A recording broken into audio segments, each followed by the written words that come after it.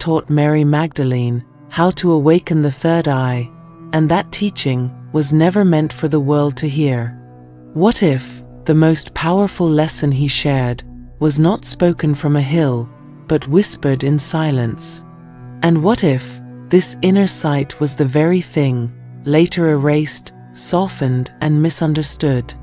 What if the I Jesus spoke of was not metaphor, but method, a way to perceive reality without fear, without distortion, without control? A clarity so deep, it does not argue, it simply knows. Look at your own life. Have you ever sensed danger before it appeared?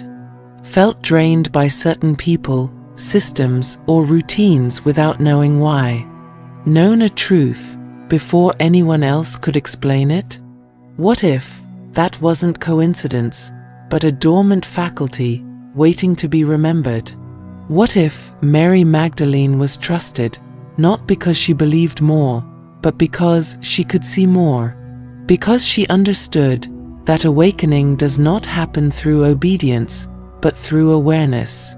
That the third eye is not fantasy, but disciplined perception. From the moment you were born, you were taught to look outward for answers.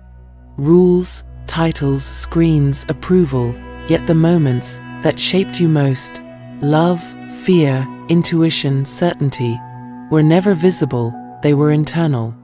What if Jesus knew this? And what if he taught Mary Magdalene an inner activation through breath, attention, and stillness? Because once awakened, it cannot be controlled. Ancient whispers later named the forces that resist this clarity archons.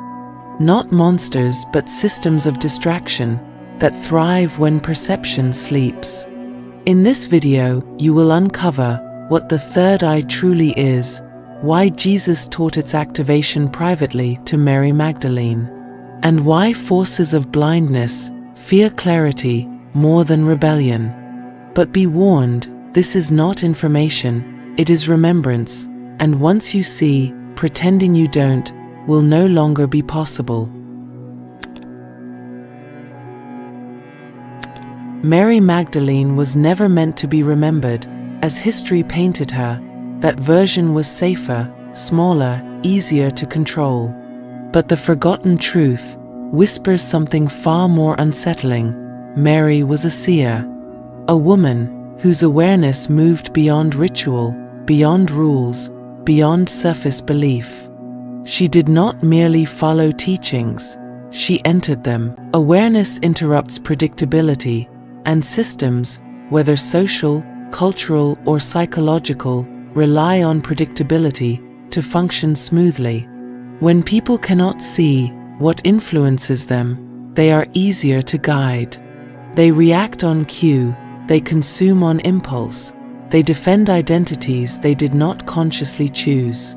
Mary's teachings quietly dismantled this pattern, not by opposing authority, but by dissolving unconscious participation. This made the teachings dangerous, not because they attacked power, but because they made power unnecessary.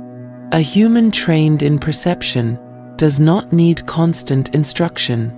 They sense when fear is being manufactured, they recognize when urgency is artificial, they no longer confuse noise with truth. Such people are difficult to mobilize through emotional pressure alone. Over time, teachings that emphasized inner sight were reframed, softened, or removed. Not erased violently, but diluted.